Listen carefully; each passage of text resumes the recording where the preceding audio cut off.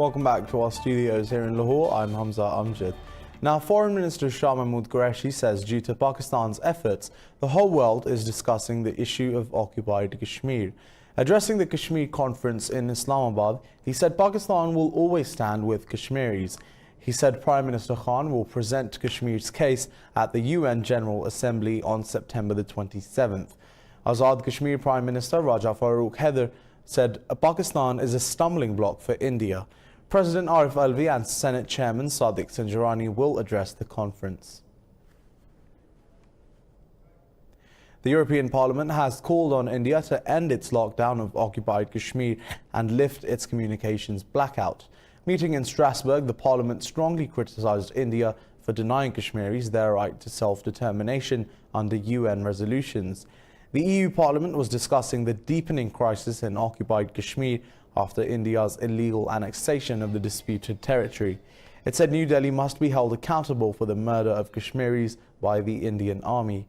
European Commission Vice President Federica Mogherini warned of another regional conflict over the situation in the occupied valley. MEP Klaus Buchner said the UN must intervene and send a peace mission to evaluate the situation. EU Minister Tytti Tuppurainen said the Union will continue to closely monitor the situation in the occupied valley. The Indian government says it will keep detained politicians from occupied Kashmir behind bars for up to 18 months. Minister of State for the Prime Minister's office, Jitendra Singh, is the first senior functionary to put a timeline on their detentions. Leaders of the Kashmir freedom struggle and other local politicians were arrested after annexation of Kashmir's special status on August the 5th. Meanwhile, a senior Turkish MP, Hakan Çavuşoğlu, has called on India to immediately halt its human rights violations in occupied Kashmir. The head of the Turkish Parliament's Human Rights Commission says Kashmir has become one of the most sensitive regions in the world.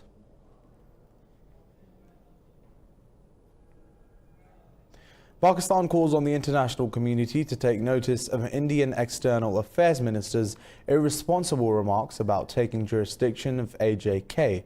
The Foreign Office says such belligerent statements have the potential to escalate tensions and jeopardize peace and security in the region.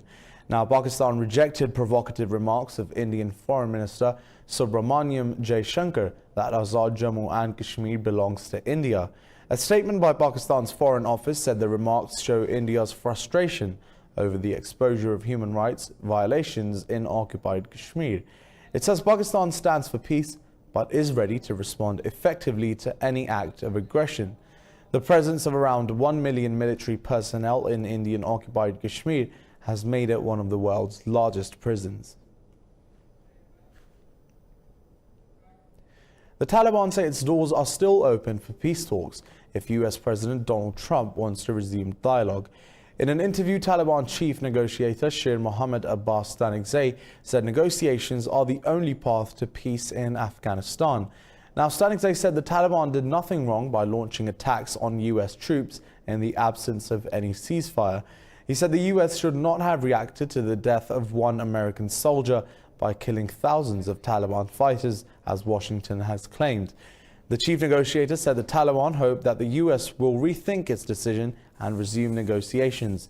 The Taliban have claimed responsibility for 2 suicide bombings that killed 48 people in Afghanistan yesterday. Now, the UN Security Council has unanimously agreed to extend its political mission in Afghanistan. Established in 2002, the UN mission is helping Afghanistan prepare for elections being held on September the 28th. It is also pushing for peace talks between the Afghan government and the Taliban.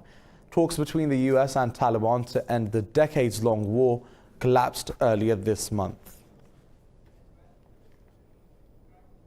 In Israel, Prime Minister Benjamin Netanyahu's right-wing coalition has failed to secure a majority after Tuesday's elections. The exit polls show Prime Minister Benjamin Netanyahu is trailing behind his rival Benny Gantz. Netanyahu and his right-wing coalition bloc have failed to get the required 61-seat majority. The exit poll put Netanyahu's Likud party at 31 seats, trailing Gantz's Blue and White party by 2 seats. Former military chief Gantz had no previous political experience before declaring his candidacy in December. Israel's election commission says the final turnout was nearly 70%. Venezuela's government and 5 opposition party leaders have agreed to start a new dialogue process. Main opposition leader Juan Guaido is not part of the new deal. President Nicolas Maduro said the agreement has opened all doors to dialogue and political stability. Hours later, the government released Guaido's number 2, Edgar Zambrano, in what appeared to be a goodwill gesture. Meanwhile, the US and its allies have invoked the Inter-American Treaty of Reciprocal Assistance. US Department of State spokesman Morgan Ortagus said the action was taken to confront the threats posed by Maduro.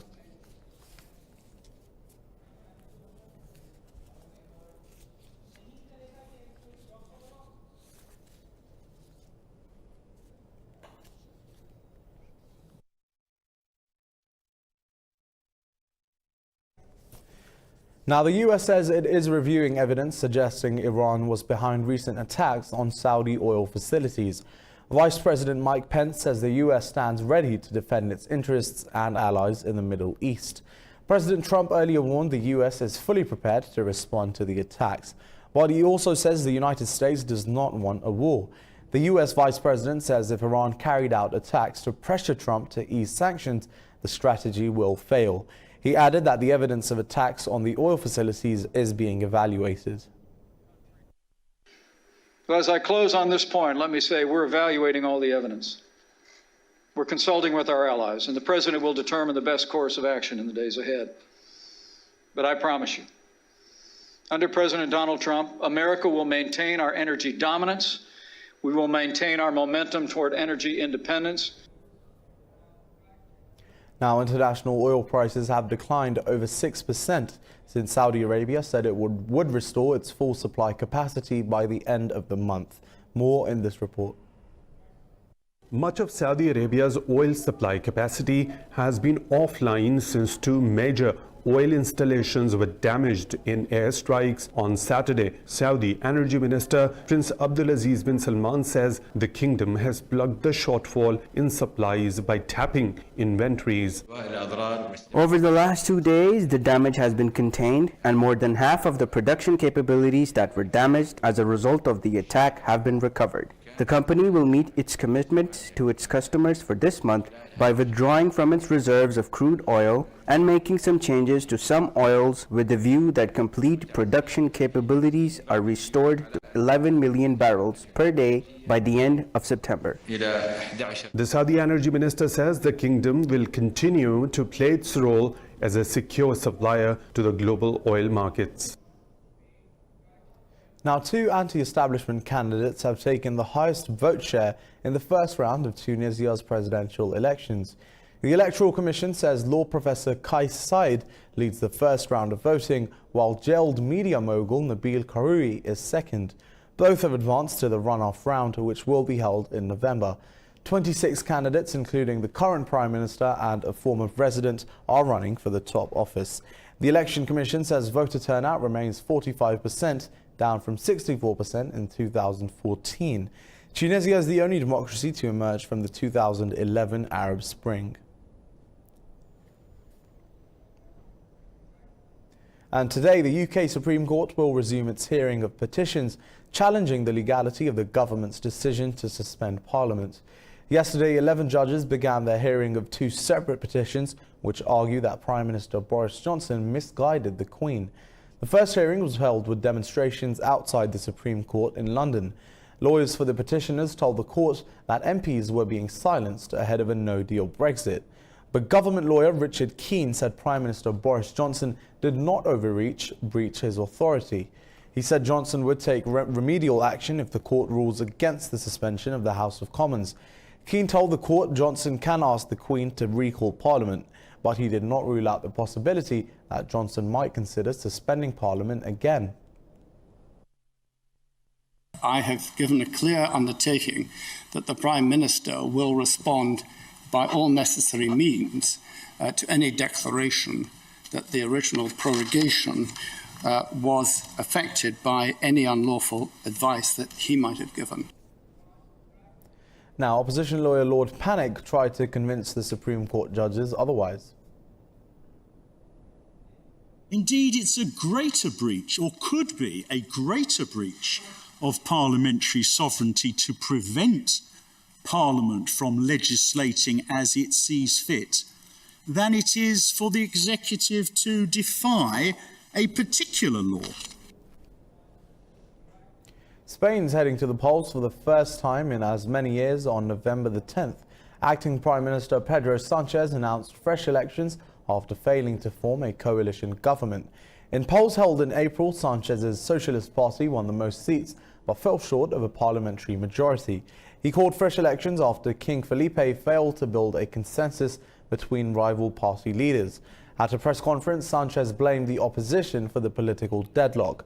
But the right-wing People's Party and Ciudadanos Party says Sanchez is responsible.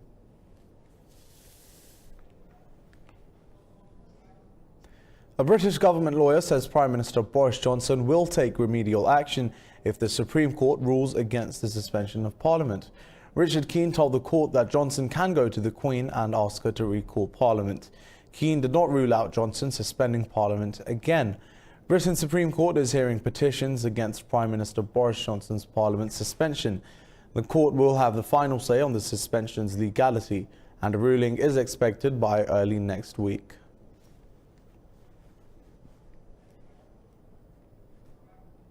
The United States has filed a lawsuit against Edward Snowden, saying his new book violates non-disclosure agreements. The former NSA contractor leaked secret documents about US telephone and internet surveillance programs in 2013. The Justice Department says Snowden published his book Permanent Record without submitting it to intelligence agencies for review. The suit doesn't try to prevent the book's distribution, even though it's been released in 20 countries.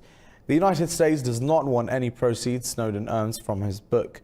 U.S. Attorney for the Eastern District of Virginia, Zachary Terwilliger, says intelligence information should not provide personal profit.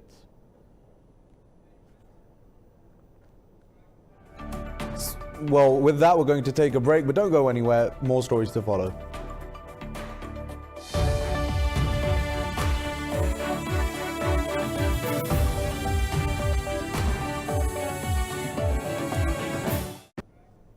Welcome back. Now, Switzerland was among the first countries to begin deploying the new 5G telecommunications system. But now worries around the harmful effects of radiation from antennas have sparked a nationwide revolt. Demonstrations against the technology will be filling the streets of the capital, Bern, later this month. A growing number of Swiss people are voicing alarm at the possible health risks from exposure to electromagnetic radiation from the new 5G antennae. They have threatened to put the issue to a referendum in a country famous for its system of direct democracy. This allowed the country to pull in revenues of nearly 380 million Swiss francs. The cantons have risen. 4 or 5 cantons have risen, have voted on a moratoria. They're removed a few days later by the Confederation, which has sold the licenses and has said it is not your area of expertise. You cannot decide, and it's ultimately the whole Swiss political system that is challenged. Several cantons, including Geneva, have buckled to pressure from online petitioners demanding a halt to the construction of the 5G infrastructure. Opponents are urging authorities to put a moratorium on the rollout. The Swiss Federation of Doctors is also urging caution, especially if there is no proof of any risk to health caused by the increased radiation. Somehow we are for technology, but technology that works in harmony with life. We cannot stop the progress of technology, we cannot stop the evolution, but it is sure now that 5G, it's a big no. It does not work that way. When we dig a little deeper, it does not work. A group of experts was appointed by the Swiss government last year to probe the risks involved with introducing 5G. Their findings will be published later this year. Now, bingo halls are shutting across the United Kingdom and numbers are dwindling. But Glasgow's enduring love of the fast-paced numbers game is bucking the trend. Let's take a look. Most nights of the week, Margaret Fisher can be found at the same Glasgow bingo club. She has been frequenting it for nearly 25 years. Well, I like the atmosphere in it. I like the adrenaline rush when you're playing bingo and you meet friends, have a good time, a good laugh. So get shouting about. Historically beloved by British grandmothers, the game sees players win payouts if they match sets of numbers between 1 and 90 announced by a caller. Unlike other gambling games, it tends to attract more women than men, according to the Bingo Association. It started off as something I used to do with my mum, so it kind of was passed through generations. So my mum went with my gran, and then as soon as I was old enough, my mum was like, "You're coming to the bingo," and I've just been hooked on it ever since. Bingo had its heyday in Britain in 1960s, but its popularity continues in some places, none more so than in Glasgow. At least 14 clubs remain across Scotland's biggest city and its suburbs, more than anywhere else in Britain. But the number was at least twice that in 1980s.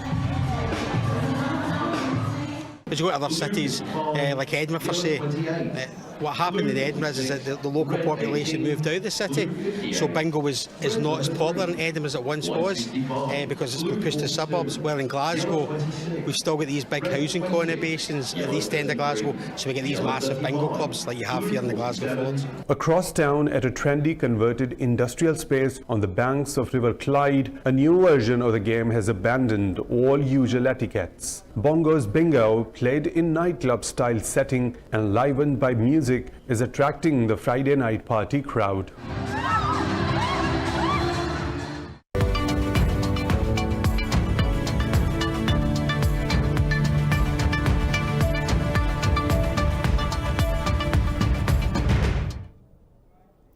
Now, first up in business, South Korea has dropped Japan from its list of countries with preferential trade status. Japan has already downgraded South Korea's status as part of an escalating diplomatic and trade row between the two neighbors.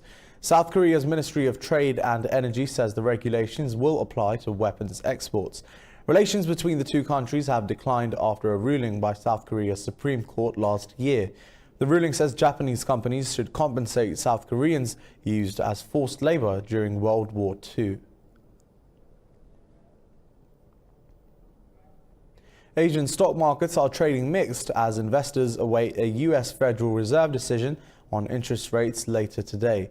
Markets are also watching developments in the Gulf after last weekend's airstrikes on Saudi oil installations. Tokyo's Nikkei 225 index is fractionally lower after 10 consecutive days of gains. The Shanghai Composite has regained 0.5% after yesterday's losses. Hong Kong's Hang Seng index is treading water.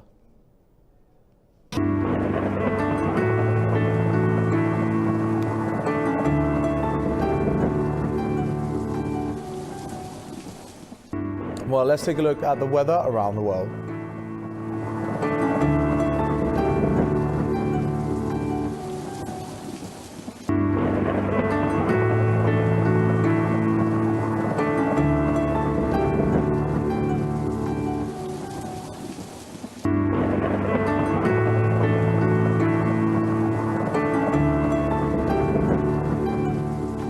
Well, that was all I had from the news bulletin at the moment, but do stay tuned to Indus News for further updates. And as always, thanks for watching.